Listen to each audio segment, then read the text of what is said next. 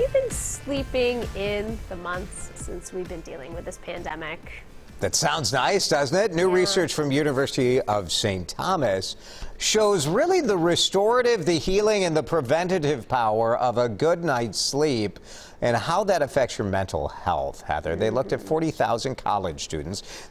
University of St. Thomas actually has a institute that focuses on college sleep. Right.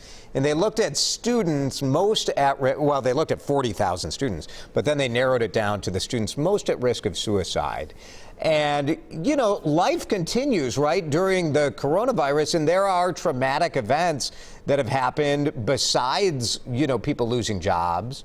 But you also have other financial setbacks that might have happened, family divorce, all sorts of the stuff that happens in life. Right. And then they weighed that against sleep quality. And it was pretty striking. It is pretty striking, and it's interesting, as you mentioned, University of St. Thomas looks at college students, but a lot of that you can extrapolate to all of us here. And they do look at college students for a very good reason. They are a university there, and they know how much sleep can help college students in terms of their academics, in terms of their mental health, in terms of their distress. And they looked here during the pandemic. They found that each additional trauma, in addition to what we're already experiencing, you're talking about increased psychological distress of 40 to 60%. You're talking about increased suicidal thoughts, 30 to 35%. So really everything is just getting amped up. Yeah, which that's no surprise, right? Like each additional thing that comes on makes things worse. We get that. But what's interesting to me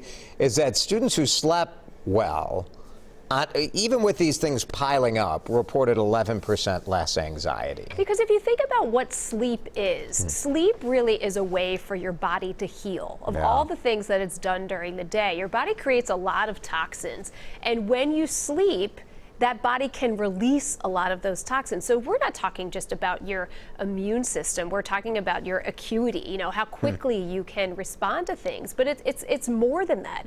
It ends up becoming a huge part of what your mental health is day in and day out. There's a quote from the author that really struck me, and she said, "Good sleep is like an umbrella for the storm in life." And you think, all right, like good sleep, it's not going to solve it. It's not going to make the storms go away. And in fact, it's not going to keep you 100% dry, right? Like sometimes the raindrops sneak in around that umbrella. But the idea that for college students, for sure, and most likely for the rest of us, a good night's sleep can make a big difference. The problem, Heather, is that when you have anxiety and you have these traumatic events, this is like the ingredients to terrible sleep. Right, and we found this during the pandemic. People aren't sleeping as much. They may be sleeping longer and later, but they may be waking up in the middle of the night. Their mind might start racing. So that does impact the quality of our sleep there, which does then impact how much sleep we're getting and the restorative benefits of it. Becomes a chicken and an egg situation. How do you get one going? But it's good to know, and it's good for all of us. Of course. I remember talking to that researcher once, and I remember saying, you know, if you have the choice of sort of taking a nap or doing something more, if you're tired, go ahead and do it. You can't get enough when you really aren't getting that sleep.